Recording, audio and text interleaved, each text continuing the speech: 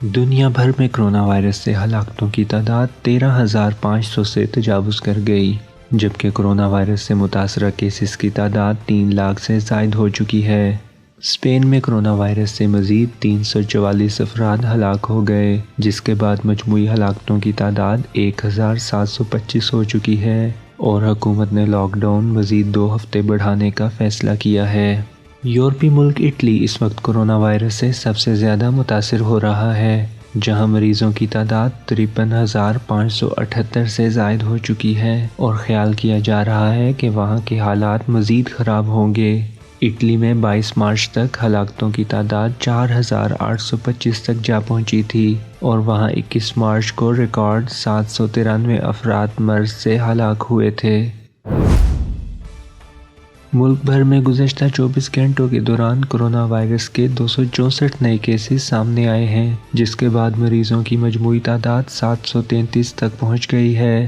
وزارت صحت کی جانب سے جاری ہونے والے اعداد و شمار کے مطابق کرونا وائرس کے باعث 3 اموات ہوئیں، جبکہ 5 مریض صحت یاب ہوئے ہیں۔ رپورٹ کے مطابق کل دوپہر 3 بجے سے اب تک کرونا وائرس کے 264 نئے مریض ریکارڈ کیے گئے۔ کرونا وائرس کے مریضوں کی سب سے زیادہ تعداد 396 سندھ میں ہے۔ اسی طرح بلوچستان میں مریضوں کی تعداد 103، پنجاب میں 137، خیبر پختونخوا میں 31 مریضوں میں کرونا وائرس کی تصدیق ہوئی، جبکہ وفاقی دارالحکومت میں 10، گلگت بلتستان میں 55 اور 1 کیس آزاد کشمیر میں رپورٹ ہوا۔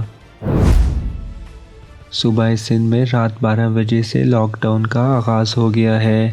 ویڈیو بیان میں مراد علی شاہ کا کہنا تھا کہ تمام سیاسی جماعتوں، علماء کرام اور دیگر حکام سے مشاورت کے بعد فیصلہ کیا گیا ہے۔ انہوں نے کہا کہ کرونا وائرس کے پھیلاؤ کو روکنے کے لیے صوبے بھر میں رات 12 بجے سے لاک ڈاؤن ہوگا، اور شاپنگ مالز، تعلیمی ادارے اور دیگر مارکیٹس پہلے ہی بند ہیں، تاہم اب دیگر دفاتر بھی بند ہوں گے۔ ان کا کہنا تھا کہ اب عوام کو محتاط ہو کر گھروں میں بیٹھنا ہے، اور اس دوران لوگوں کو بلا ضرورت گھر سے نکلنے کی اجازت نہیں ہوگی۔ اگر کسی کام سے نکلیں تو شناختی کارڈ ساتھ رکھیں۔ وزیر اعلیٰ کا کہنا تھا کہ ایمرجنسی کی صورت میں اسپتال جانا ہو تو گاڑی میں صرف 3 لوگوں کو جانے کی اجازت ہوگی۔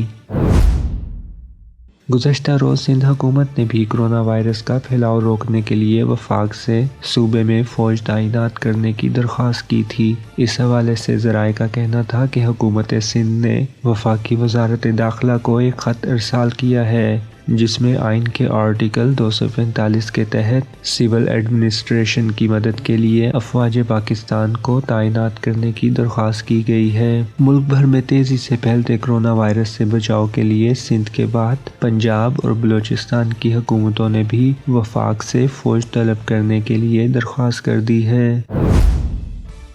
مسلم لیگ نون کے صدر شہباز شریف نے کرونا وائرس سے عوام کو بچانے کے لیے حکومت کو شریف گروپ کے اسپتال قرنطینہ سینٹرز کے طور پر استعمال کرنے کی پیشکش کی ہے۔ شہباز شریف کا کہنا تھا کہ شریف گروپ کے تمام ہسپتال کرونا وائرس سے بچاؤ کی سہولیات کے لیے دستیاب ہیں۔